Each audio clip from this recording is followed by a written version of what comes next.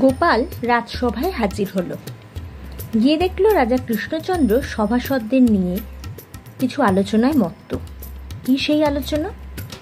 রাজা কৃষ্ণচন্দ্রের প্রশ্ন ছিল, কোন পাতা সব থেকে বড়? গোপাল দেখলে এক সভাসদ উঠে দাঁড়িয়ে বলল, কলার পাতা সব থেকে বড়।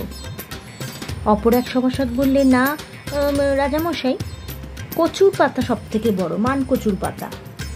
দেখবেন অনেক সময় বৃষ্টি পড়লে মানকচুর পাতা মাথায় দিয়ে লোকজন হেঁটে চলে বেড়ায়। বাকি সভাসদরা ভেবেই পাচ্ছিলেন না কি উত্তর হতে পারে। তখন রাজা কৃষ্ণচন্দ্র গোপালের উদ্দেশ্যে বললেন, কি গোপাল, হলে তো কাবু, পারবে না তো বলতে? গোপাল তখন উত্তর দিল, কিসে বড় বলছেন, আকারে নাকি মর্যাদায়? যদি মর্যাদায় বলেন তাহলে বলবো পান পাতা বড়। কারণ পান পাতা দিয়ে শুভ কাজ আমাদের সম্পন্ন হয়।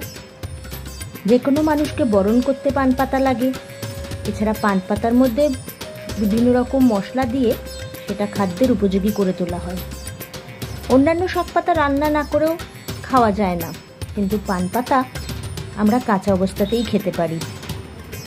তাই যদি মর্যাদার দিক থেকে বলেন তাহলে পান পাতা অনেক বড়, অনেক শ্রেষ্ঠ। গোপালের এহেন উত্তরে রাজা কৃষ্ণচন্দ্র স্তম্ভিত হয়ে গেলেন।